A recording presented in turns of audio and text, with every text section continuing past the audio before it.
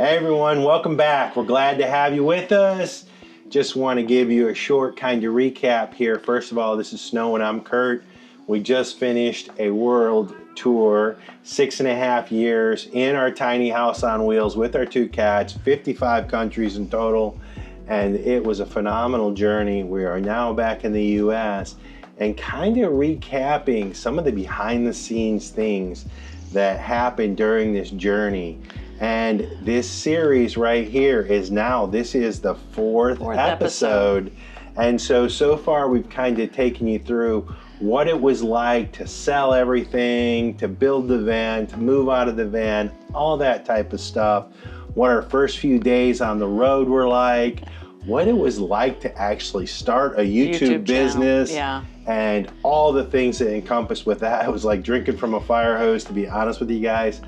If you want interested in all that stuff, go back to the last episodes. But today, we're kind of going to move forward, and our journey today starts out west, kind of in the where the national parks are. So think Wyoming and Montana. Yeah. So guys, when we took off in this journey, we had what we thought was a solid plan. We knew we were going to live in a van. We knew our cats were going with us. We knew all the countries we wanted to go to. We even started to have some, big major bucket list items starting to populate the map. And, but we didn't really know, you don't know how to plan for what are you going to do every day when you live in a van. Well, and I think if you guys think about your traditional lifestyle, speaking from our experience, we'd go to work. I traveled all week, so I kind of led an unusual life where I only had the weekends to play. But most people only have the weekends to play. You go to work Monday to Friday, you come home, you're spending it with friends, you're going out to dinner, you're doing chores around the house. You might have people over to swim in the pool or grill out back. But your days you kind of know. Yeah, but also your day centers around your job or your career. Yeah. And that's the way our lives were, and everything else was kind of ancillary. Yeah. Now, fast forward to where we are, we're in the van, and at this point in time, most of our work responsibilities have winded down. Yeah. Snow's got one more thing off in Seattle to do. But other than that, we are winded down. Yeah. We've seen most of our family and friends. Yeah. So the question is, without this centerpiece of our lives, what are we going to do with our time? And it's not something we planned for. And I don't even think we realized how impactful this next few months in the van ended up becoming on the rest of our journey in the van. But it kind of happened naturally. It's not something you sit down and say, okay, we have to figure out what we're going to do every day. It started to develop. And I think it truly did just develop our entire journey from that point forward. But let's back up and tell you a little bit about it. Yeah. So without any specific destinations to go to, because we're not meeting up to get something done with the van or hang out with friends or family, now we are off truly exploring. And this kind of takes us to one of the things that actually ended up taking us into the nowhere places in South America and the safaris in Africa. This laid the groundwork for a lot of our journey. It really did. But it started with Wyoming and Montana deciding to hit some of our beautiful national parks here in the United States. And they were beautiful, but what started to become a common theme was the wildlife. The wildlife.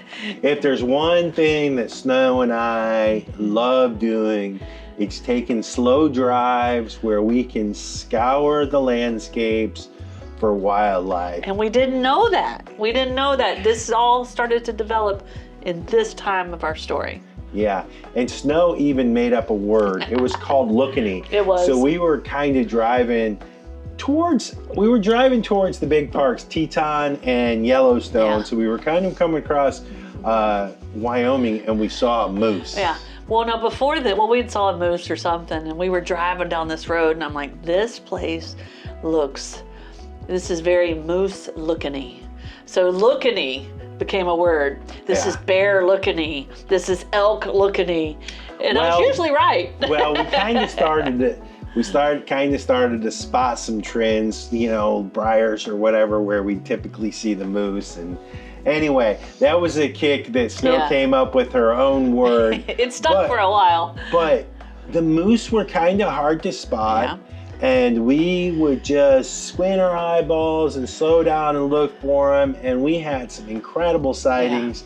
And moose is not something you see everywhere in the United States. And so to see them was a treat. We saw the mama with the baby and the mama. And what we learned is we were stalkers.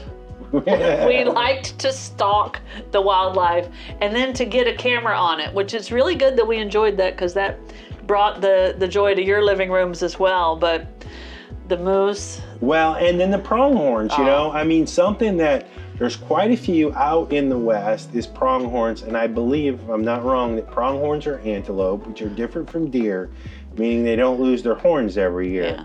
In any event, we spotted so many pronghorns. But this is a time, there was one instance, I can't remember exactly what park we were in. It was in Custer. All right, anyway, where we started to learn that not only were we going to love wildlife and other things that we get into later that we're learning during this part of the journey, but when I started to learn that Curt had a bit of an adventurous side and maybe not enough of a fear factor, because he walked right up as close as he could get to this pronghorn, and it was amazing, the interaction you had and the video footage you got. But that was something I was learning about Curt during this time.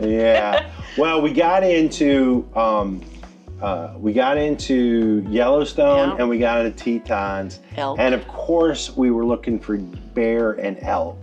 And we came up, and in Yellowstone, whenever you spot a bear, all of a sudden, all the cars stop to look at the bear, and next thing you know, you have a bear jam, and the park rangers come out, and they want to keep the people away from the bear so there's not an attack, because if the bear attacks a person, then they have to put it down. So anyway, we come up on this bear, and sure enough, the rangers are trying to push it back. A huge, huge, huge bear. But nonetheless, an exciting adventure. And then we would truly get excited and almost giddy like little kids when we would, find this wildlife, and we enjoyed watching it. And it became a very important part of our journey, and it all started right here during this phase of our trip. And then it wasn't just the wildlife. But we're in Yellowstone, and we went through and we saw all the geysers and the geothermal activity. Absolutely fascinating. And the jaggedy Teton mountains were stunning. And we would just find a nice place to park or sit for a little bit and just stare up at the mountains and the rivers and the lakes. And it was just really kind of stunning to look at that type of stuff as well. I think looking back, the lesson kind of that we taught ourselves through here that we didn't realize was you don't always have to be doing something. It's not always about an activity. Sometimes it's about just stopping and looking at what's right outside the window. And that's not anything we had ever experienced before. And listen guys, we experienced some challenges in the national parks because camping was tough. Now, if you had reservations for a campground, you were okay. That wasn't necessarily our style, but we were able to find some really kind of nice parks where we were able to camp. We can have a nice fire, and the really sweet thing was waking up and having these beautiful views, or having a midnight campfire with some people you just met. And it was just really kind of a special time. We were learning a lot about what we enjoyed at that time, and nature was a big part of it. But it wasn't always about the destination of going to Glacier or going to Teton National Park or Yellowstone.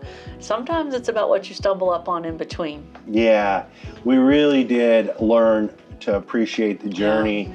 And as we headed out of there up through Glacier National Park, well, I can tell you, that was some stunning views, but we continued on past that, up through Washington. We stumbled up on that little Idaho. German town. We made it Coeur d'Alene. Coeur d'Alene, Idaho was the first time we parked like in a little city park. They had that little a festival concert and farmers markets, and we just parked there for 2 days. We pulled the bikes out, rode around. Curt went swimming in the lake. It was a fun place, a place that we didn't know anything about. We continued on through Washington. We And came across Coeur d'Alene, Leavenworth. Leavenworth. I couldn't remember the name of that. And it's a little town in the middle of the mountains. It's a total German town. Bratwurst and beer and pretzels, and all the buildings are decorated German style. Everybody would play along. Yeah, the whole wearing town. the lederhosen or whatever, the little shorts with suspenders. The beer girls, the whole thing. So I can imagine that place was crazy during Oktoberfest. Yeah, and then up there in the Cascade Mountains, which are just stunning up there, we'd come along a river stream and pull off, and then there's a rope swing. Next thing you know, climbing on rocks. The next thing you know, Curt's stripping down and getting in the water, and it was jumping awful on cold. the road swing. If you look at this, I'm going to show you the footage of how fast he swam across that river to the rope swing. That water must have been ice. But that wasn't planned. None of those 3 stops were planned. They weren't on a schedule. It was just stuff that naturally happened if you pay attention to what's in between the big milestones. It was really, the reward really was the freedom that we had to do what we wanted when we wanted, and really just the journey, just the driving from place to place, oftentimes was more fulfilling than even the destination. Speaking of destinations, we headed up north to the to the coast, and went out to the San Juan The van Islands. went on its first boat ride. First boat ride. The kitty's first boat ride as well. We went out to the San Juan Islands, and Friday Harbor, Good Friday Harbor, something like that was the island we got off the ferry at, and we stayed out there a few days. And we had intention. We were looking for the killer whales. yeah, this is supposed to be one of the best places in the world where you stand a chance of standing on the shore and seeing orcas swim by. It's a gamble. I mean, it's not like everybody gets to see it, but we're here. Let's go see if we can see killer whales from the shore. And a lot of this stuff, guys, is being there at the right time of the season. We did not let that discourage us, because honestly, it was just so relaxing finding a parking place where we could peer out over the water and watch the sea life. Yeah. And we found a love for that. And snow, actually. Well, no, we didn't realize this yet, but we saw seals or sea lions, whichever one's up there, I can't remember. Yeah. And they are so fun to try to capture on the camera. They pop up and down, and when they get playful, it's really crazy. But we discover my seal problem a little later. But anyway, so we're shooting seals, we're looking for whales, and we're camping out on this beautiful beach covered with driftwood, and a little fire. We got the cast iron skillet out, make some victuals, and we decided to head up to the lookout point before we left. One last time. One last chance, because we had not seen the orcas yet, and we were up there, and I've got the binoculars, and I'm looking, and there they went, a pod of orcas right offshore, and we should have been ready, but we weren't, so we're fumbling around with the tripod and all of that. But the adrenaline feeling we got from that. So this was like, we love wildlife, we know that, but this is wildlife in the ocean. It was a whole nother level, and we're like, this is cool. Well, and also all the locals were stopped by, and of course we'd share our story with them that we're headed around the world, and they're like, yeah, you rarely see whales here. They've never seen whales here. And we saw So for us to see it, it was a phenomenal. It was really cool. And we saw a lot of other wildlife on the island, and it was a lot of fun. Really cool time. Again, all this stuff, guys, I know we keep kind of saying it was fun, it was cool, amazing, but it really kind of was us discovering the things that we like to do, how we were going to spend our time, and these themes carried throughout our whole entire journey. So we left the San Juan Islands, we got back on the mainland, and we started headed south down the coast. Now, we had been to Seattle many times in our pre-van life, and we loved it, so we decided we were going to go to Seattle. And we went to Pike's Market. They were throwing the fish. We saw all the pretty flowers. I went to the famous gum wall, which totally freaked Curt out. He hates, for some reason, Curt has this aversion to chewing gum, so he wouldn't even go down there with me. But we started to learn quickly while we were there, as much as we were enjoying it. Cities didn't seem to get us as excited as they did in the past. Cities are more difficult than a van. Yeah. Finding the parking, finding the places to stay, driving the van to the traffic. Then when we are in the city, How do we get from A to B? The Yeah. discomfort of leaving the cats in the van while we The safety explore. of the van All parked that in the type city. of stuff caused a level of stress. So we had been out to the Seattle area many, many times, and one of our favorite places out there is it Olympic or Olympia National Park? I think it's Olympia, but we We always get them wrong. confused. But we took the ferry over there. It's this wonderful, beautiful national park we have. Sticks out into the Pacific Ocean, just off of Seattle there. And we're making our little loop circle around it, and we went up to this place. What is that place called? So do Luck Falls, a waterfall, rapid type place. And Soul Duck Falls. And we had heard that there was a chance that we may see something pretty amazing. So we got the van parked, we walked up there, and we hit the jackpot, guys, because what'd we see, Curt? Well, it was a salmon run. And this is not the big salmon run, that was already over. But this little stream up into the mountain area was a late spawning season. And let me tell you guys, those fish trying to make it up those waterfalls, we just sat there and watched In amazement. And the struggle, I mean, they would beat themselves up trying to get up the rocks. The struggle was real. And then, you know, the realization that as soon as they had their eggs, they were gonna die. So, I mean, it was just a battle, not for themselves, but for the survival of their species. And it was just kind of a really introspective, like really cool, thoughtful process. Yeah, and watching that and learning the life circle of a salmon and starting to understand all of that while being surrounded by one of the only rainforests in North America it was just kind of overwhelming. It was really stunning, and I was able to do a nice hike up to the waterfall, which was a place the salmon couldn't reach. Yeah. But in any event, it was really cool. And that whole rainforest with the elk was... the whole place out there is wonderful. But what started to come into light here was we left this waterfall cascade area. We went out to one of my favorite places on earth, still till this day, Ruby Beach, which is you walk down and it's got all these beautiful haystacks out in the water and the sun hits it just right and it's breathtaking. But water, being close to water is starting to become a recurring thing that makes me and Curt happy. We're starting to understand that. And just the whole trip around there was beautiful, but we headed back to the mainland and headed south.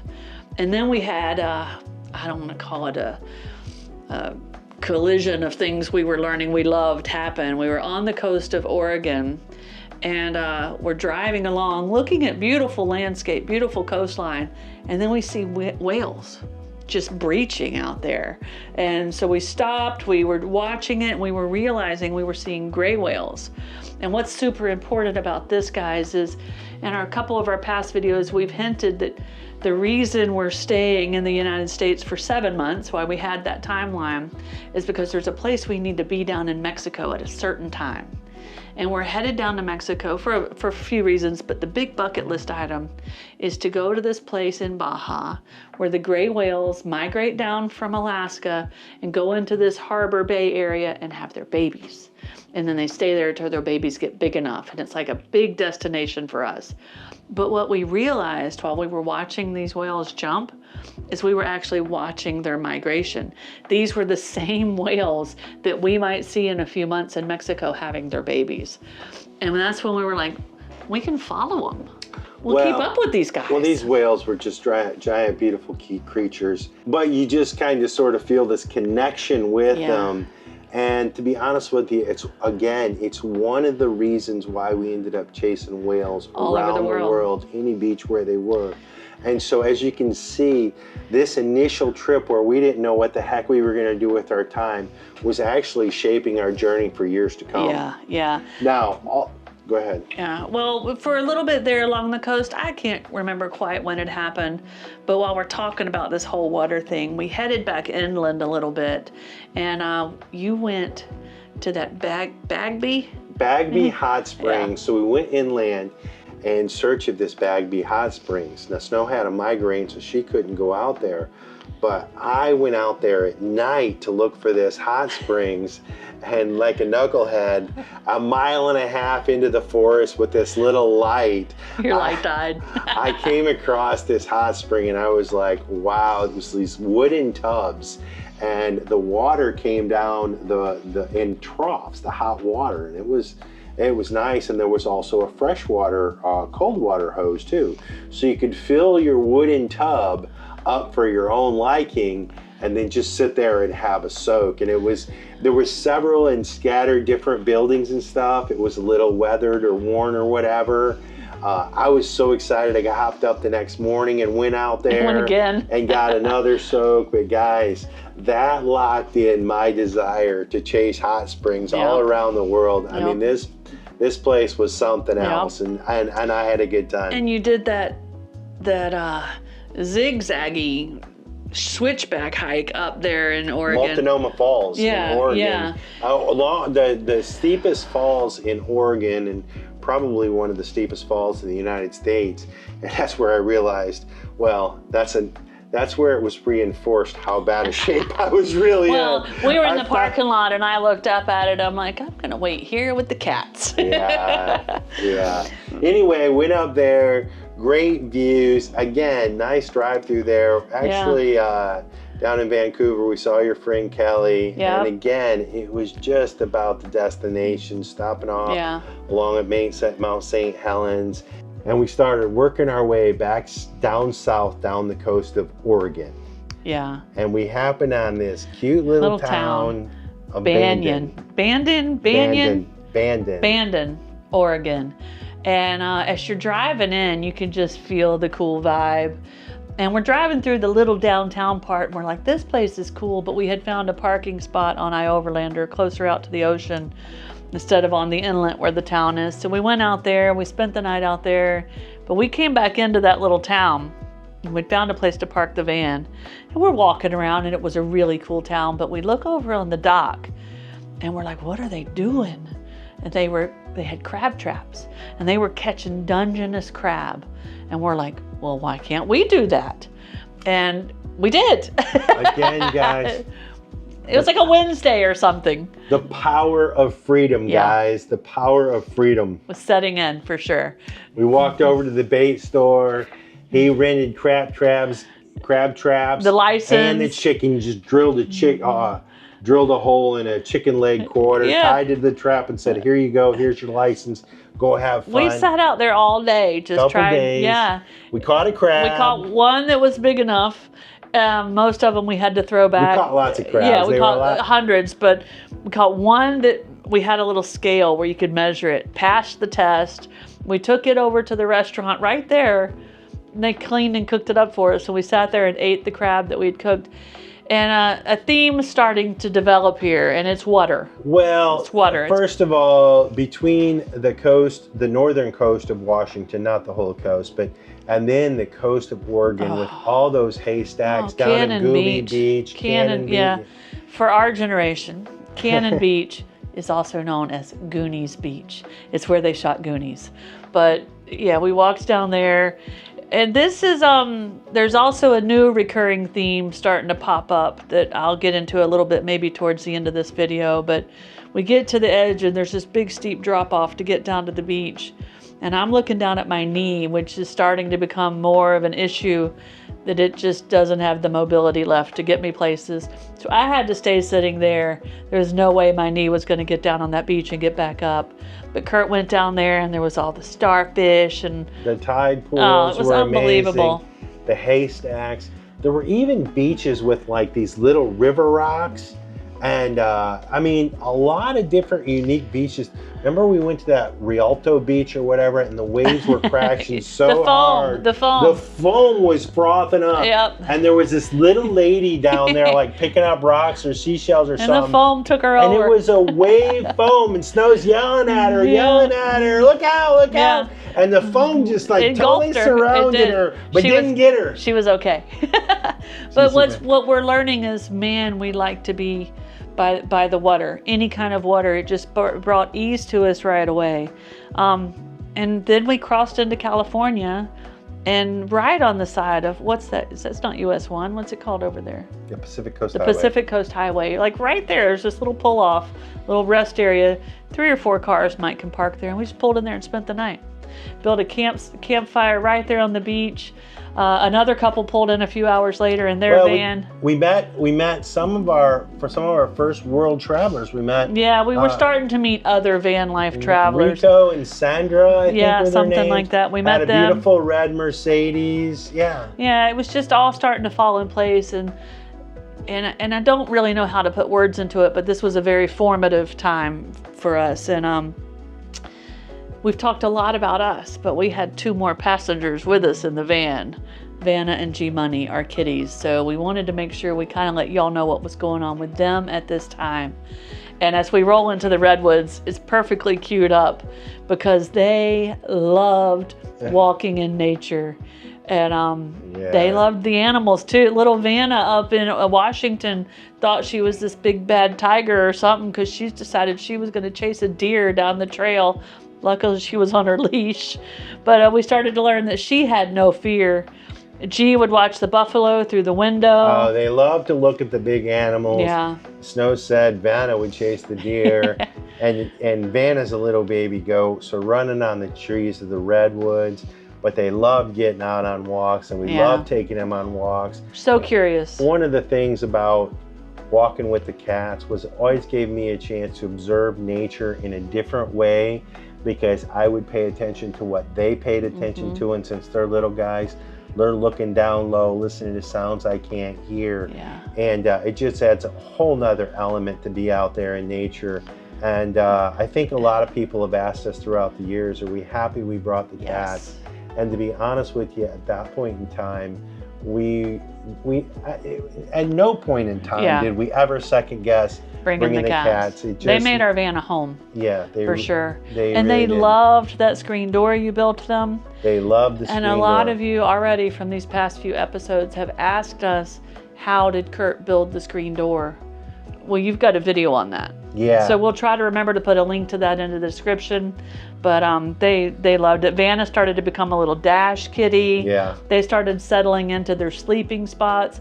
The van was turning into their home too, not just ours. Yeah. Yeah. So this phase of our journey really was, again, take away the family and the friends and all the other sort of things that we had scheduled to do. This was just us out there being free to live and to explore, and it was exhilarating, and we loved it. And now it's time for us to kind of tell you how the part of our journey that's not going so great. Yeah, my knee was definitely showing itself as a real thing. And just to back up and let you guys know, I had done physical therapy. I had had all the testing on it. I had been getting cortisone shots for years. And I just wasn't very active when we lived a normal lifestyle. And I think slowly on time, the pain had just progressed, and I didn't realize how bad it was until we'd be out on these hikes and I would walk down 4 or 5 steps, and then when it was time to walk back up or down, I started to realize this is going to have a big impact. And I didn't really quite know what to do because I saw Curt having so much joy on these long hikes, and part of me felt guilty because I didn't want him to stay behind because I couldn't go. But there was no way I could go. And then I didn't want him to feel guilty for leaving me. So we're starting to work through that. I think that's something that takes a few months for us to get an actual plan in place on how to do it and discuss it more. Because I also don't think I was being very open about how bad it was. And I was just trying to kind of work through it and figure it out. But there were times that I would look at the hike Curt was about to even think about doing, and I'm like, no, I'm just feeling pretty lazy. I'm going to stay back and relax with the kitties. And I learned to become okay with that, because that just kind of started. At first, I felt a little bummed about it, but going forward over the next few videos, I'll take you through the progression of how it almost became a good thing for us. Yeah, it also became a little bit of a point of a contention. Again, our communication wasn't fully on point. You guys know, in regular life, and you're in a relationship, you get in a fight, you can each go off in your own little rooms, go to your jobs, and kind of ignore things for a while till the dust settles. Well, guess what? In a van, as one goes, the van goes, and so you have to Yeah. resolve it. And another thing that was really kind of driving us crazy was our YouTube channel. Yeah. And by now, we had seen a handful of videos of the footage and editing and the final product. And guys, We weren't proud of it. We recognized right away that number one, our video was shaky and bouncy. We were shooting on phones. Our audio wasn't very good. Also, our timing, our vlogging. The vlogging, you could just see us, and I can explain why. You feel really awkward talking to a camera. So, I mean, you'd see we wouldn't know where to look, or we'd stare right at it. Just, everything just felt forced. And it just, we knew we had to make some drastic improvements. Yeah.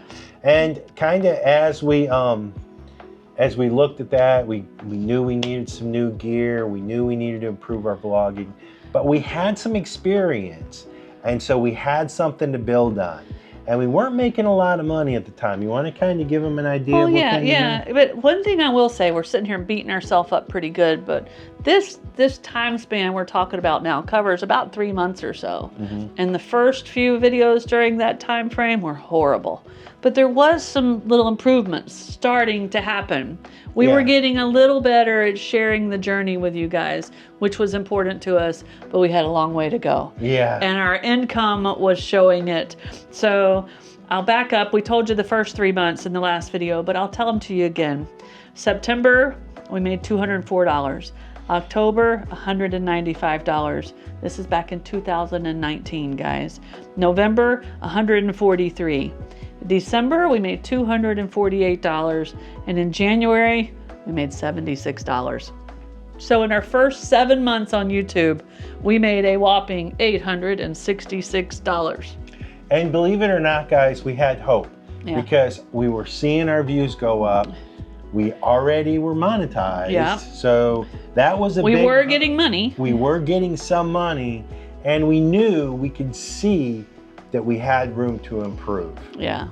Now I'm going to say something right here before we wind this video down, and this isn't something I talked about with Curt ahead of time, but I know some of you that still watch today, some of our fantastic YouTube family, has been with us since way back then. Yeah. So if you're watching the video and you were with us back at the very beginning of the journey when we were going through the United States and our channel was brand new, put a comment below. Yeah, I want to hear from you, because we know some of you are still here because we recognize the names and all of that, but we owe you guys, the guys from the beginning, our first YouTube family members, the biggest thank you, because what was to come was because of you guys. So thank you for that. Again, if we didn't say it enough through this video, this is sort of the time frame that shaped a lot of the rest of our journey. And in the next video, we're going to talk about the lessons that we've learned along the way. And we're also going to continue to take you down the West Coast and through some of what I consider to be some of the most beautiful states we have in the United States. And so please hit the like button, hit the subscribe button, all that. But come back and see us on the next video, guys. We love having you. We love reading your comments. We'll see you on the next one, guys. Cheers. Now that's a wrap on this adventure, but if you loved joining us, make sure to hit the like button and subscribe to our channel. Don't forget to hit that notification bell too. That way you're always the very first to know exactly when our next video drops. And for all the updates between videos, come follow us over on Facebook and Instagram.